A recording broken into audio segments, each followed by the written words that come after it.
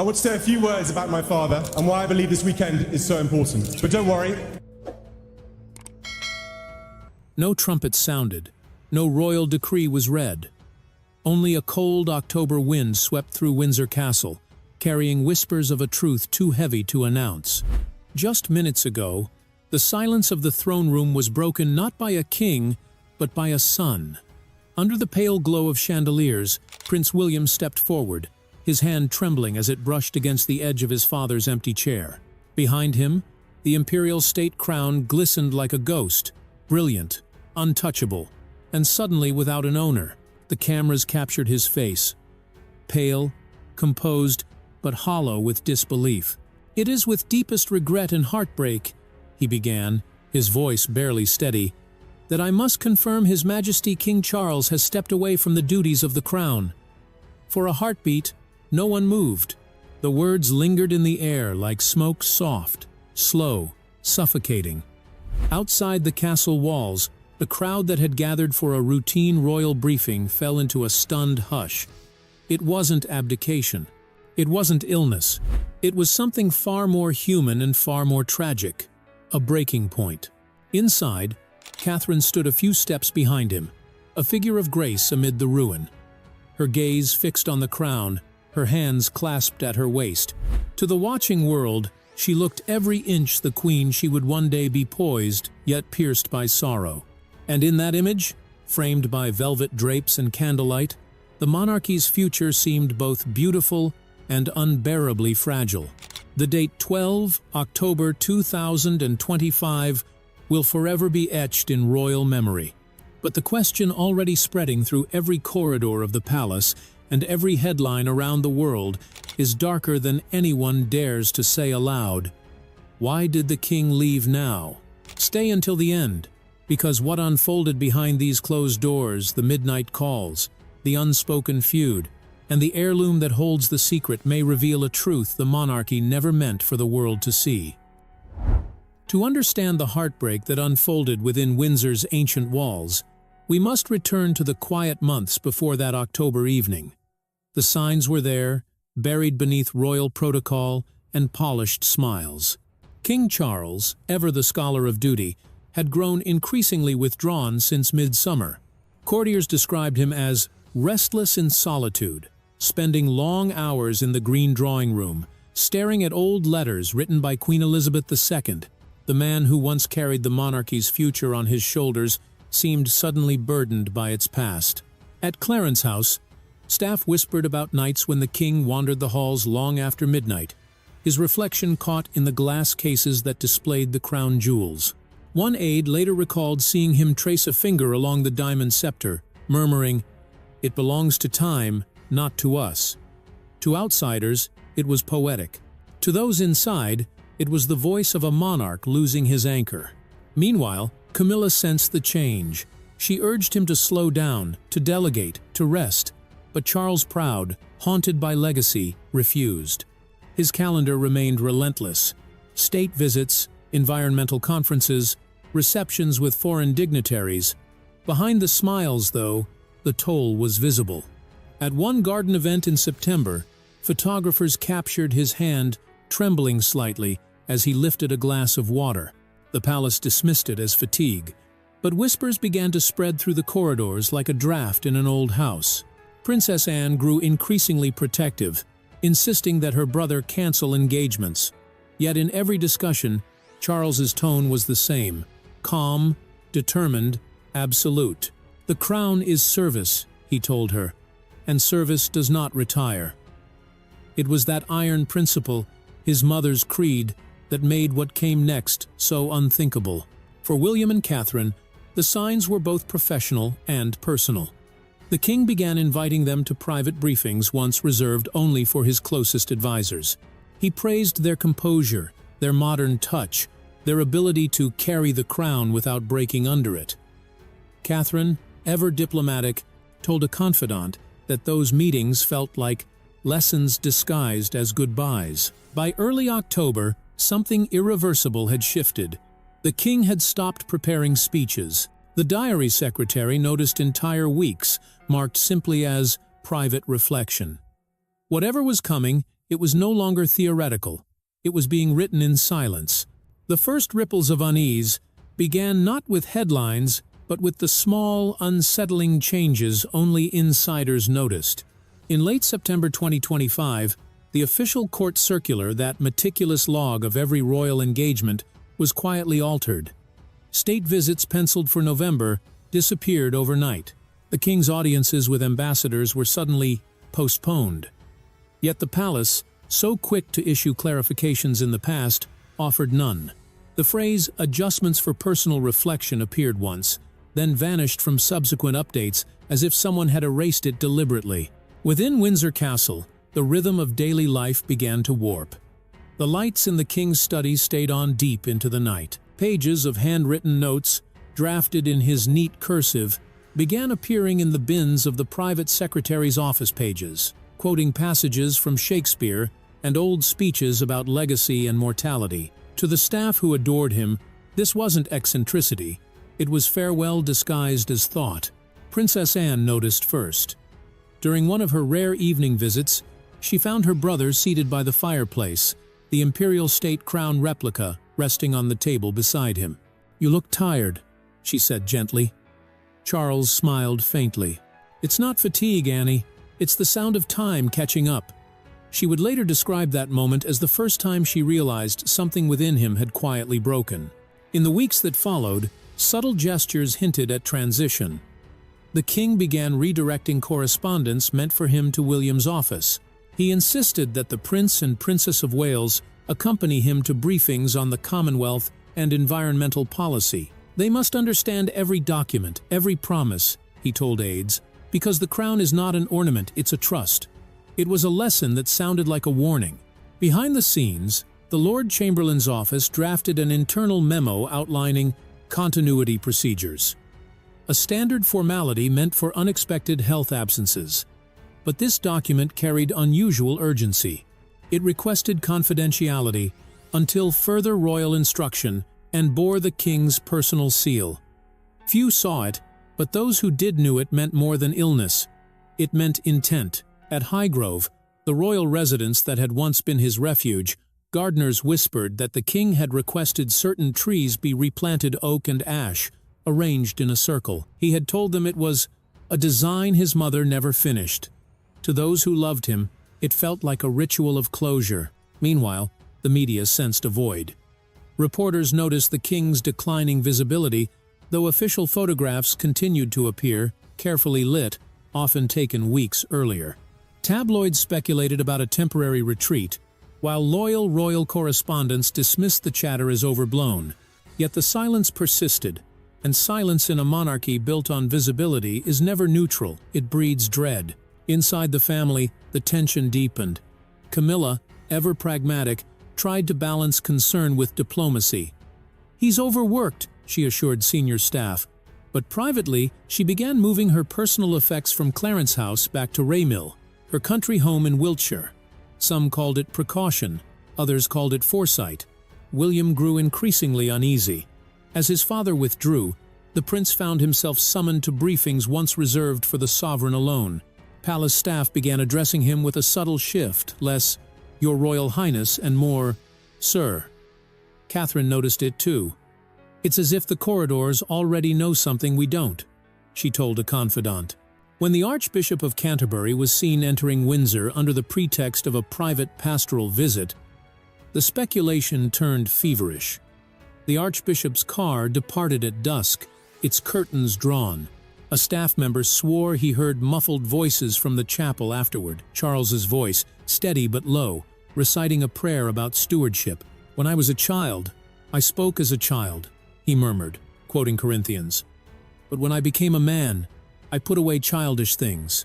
By the first week of October, the machinery of monarchy seemed to move without its monarch. William presided over ceremonies. Catherine fronted royal initiatives once scheduled for Camilla. Anne quietly postponed overseas engagements. Every act, every gesture was carefully choreographed.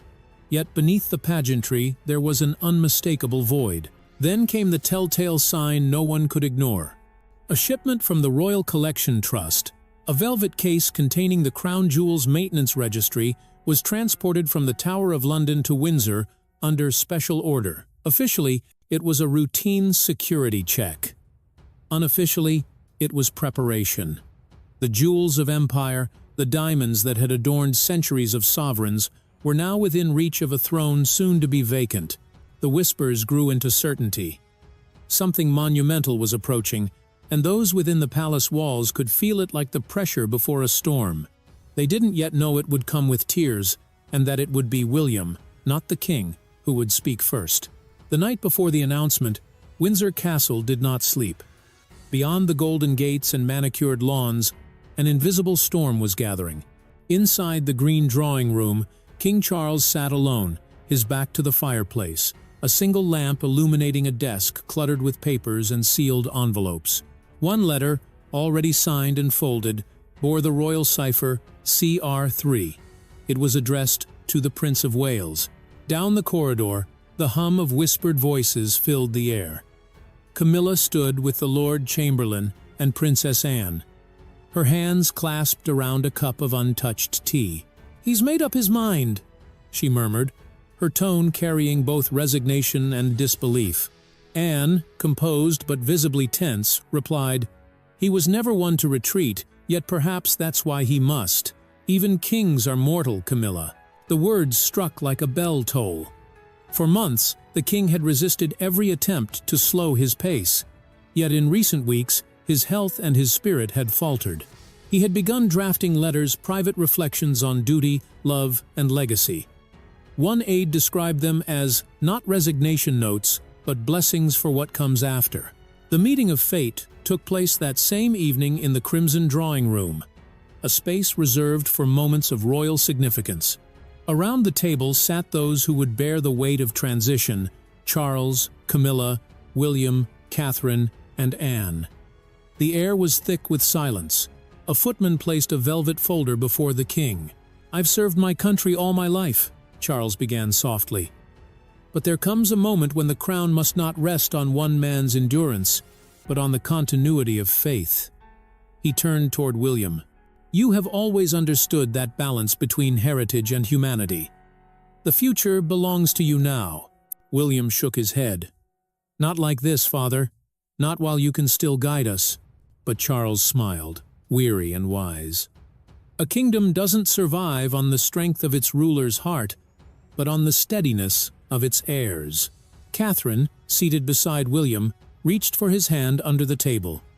She later described the moment to a friend as the first time the weight of destiny felt heavy enough to hurt. Anne was the only one to speak after that. "Then let it be done with grace," she said. "Mother would expect nothing less." Camilla closed her eyes. It was both a blessing and a farewell.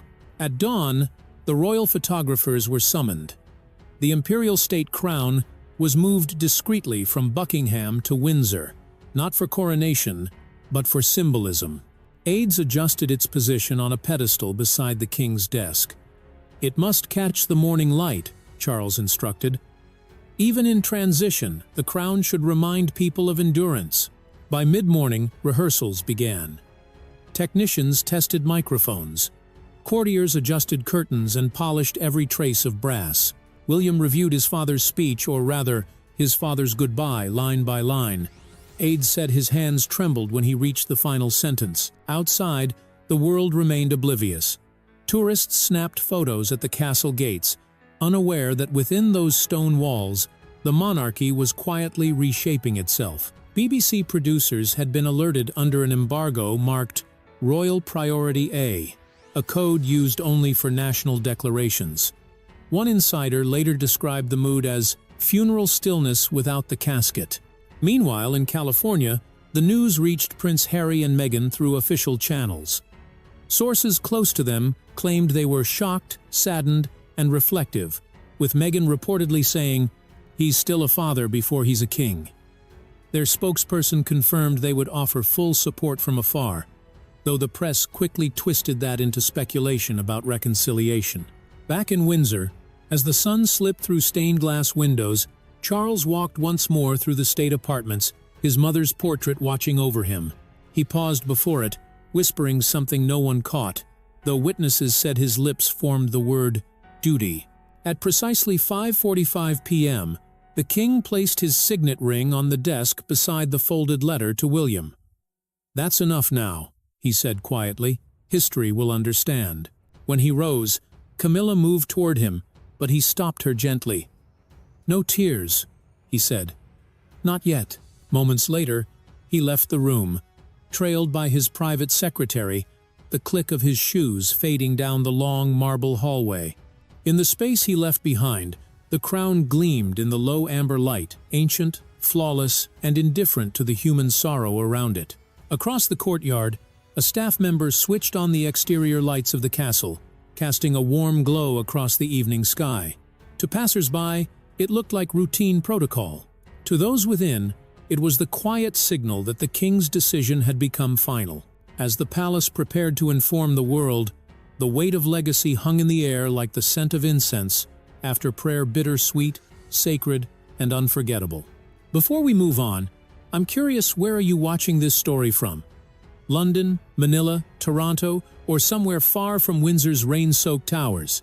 Let me know in the comments. It's fascinating to see how this royal moment reaches hearts across the globe. The following morning, 12 October 2025, Windsor Castle awoke under a pale, colorless sky. The air was thick with anticipation, the kind that always precedes history. Inside the Great Hall, rows of press cameras faced the royal lectern, and the imperial state crown gleamed from its case like a silent witness. When Prince William entered, the murmurs fell to nothing. He carried himself like a man standing between two worlds, the son of a king and the servant of a crown. Behind him stood Catherine, poised in navy blue, her expression calm yet haunted. On her left wrist glinted a subtle nod to continuity, a bracelet once worn by Queen Elizabeth II during her Silver Jubilee. The symbolism was impossible to miss. One era fading, another quietly rising. William looked down at the sheet of paper before him. The edges trembled in his hands. For a long, painful second, he didn't speak. The camera zoomed closer. The air itself seemed to hold its breath. Then, finally, he began. "It is with deepest sorrow that I confirm His Majesty, King Charles III will be stepping back from public and constitutional duties, effective immediately.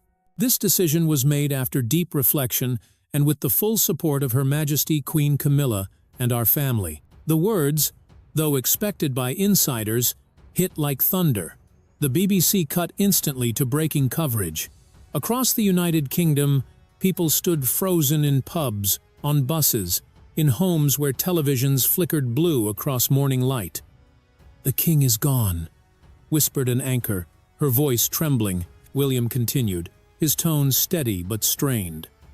"His Majesty has served this nation faithfully for over 50 years, following the example of service set by our late Queen. As his son, and as the Prince of Wales, I promise to honor that service by upholding the values of continuity, compassion, and unity that define the crown."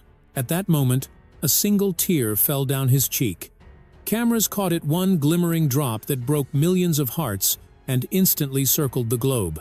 Catherine stepped forward, placing a gentle hand on his back, grounding him with the quiet strength that had already earned her the world's affection.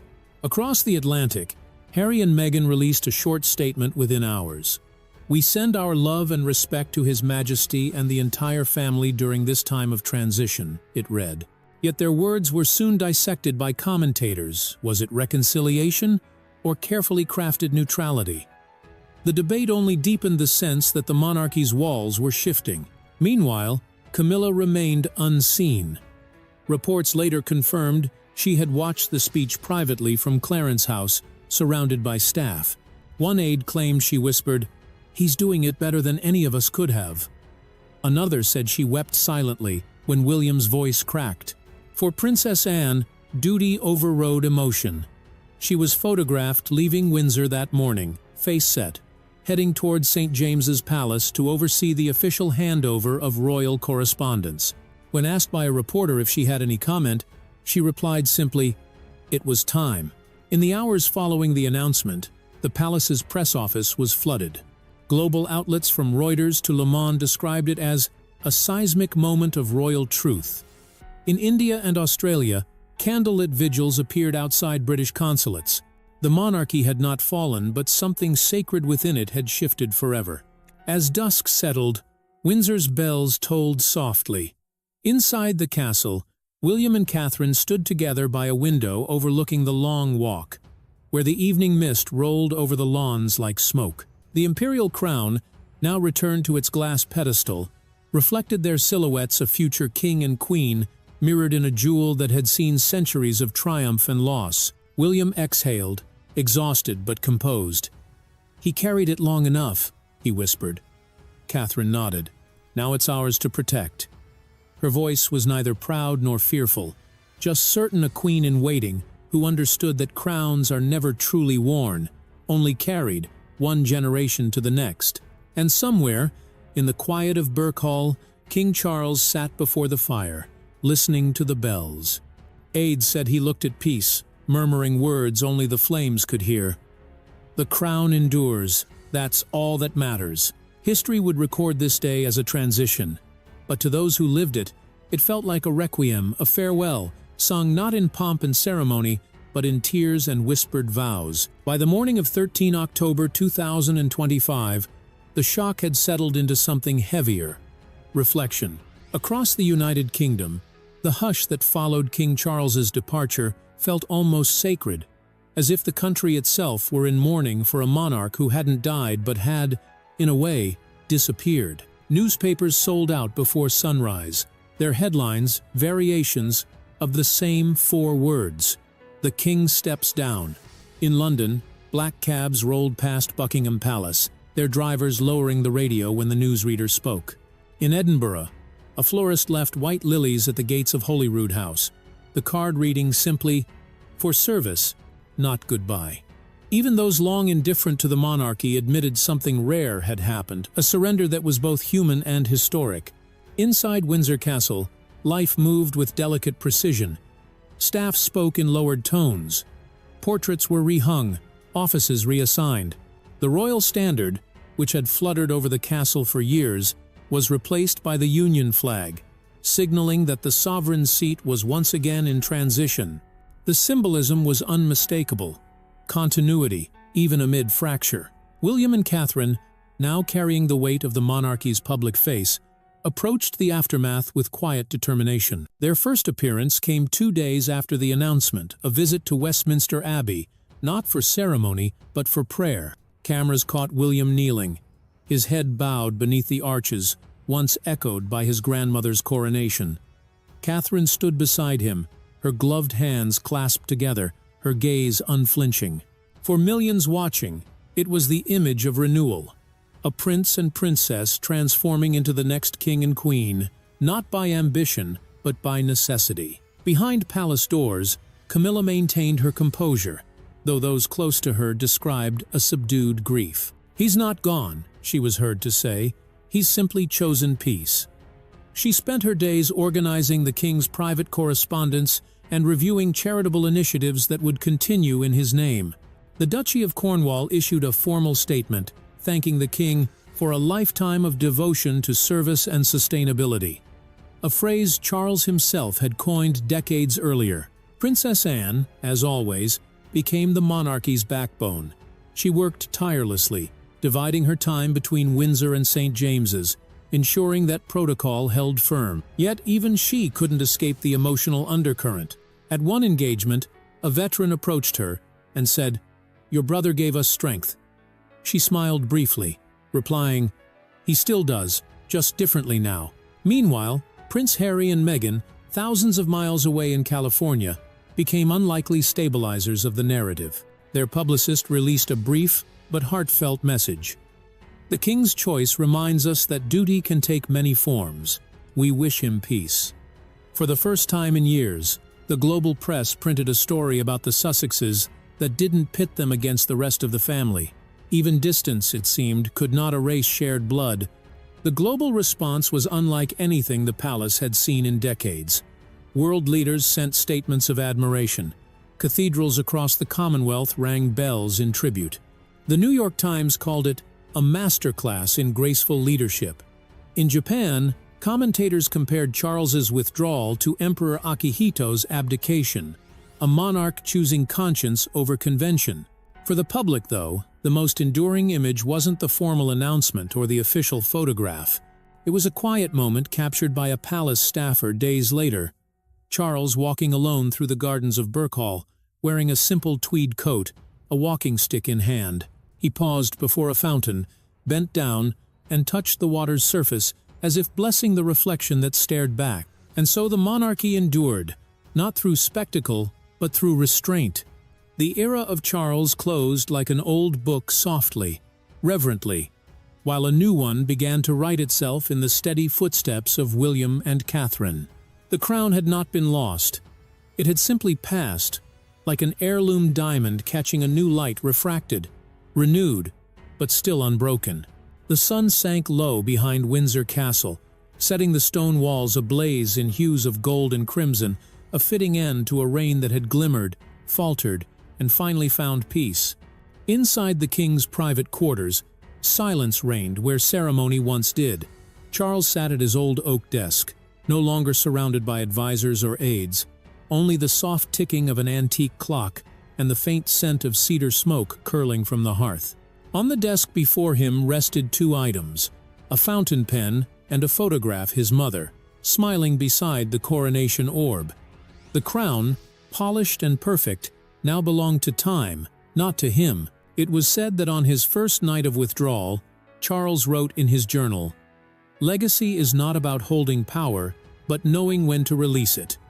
That line would later surface in a palace, approved biography, and it captured the essence of his departure better than any official statement ever could.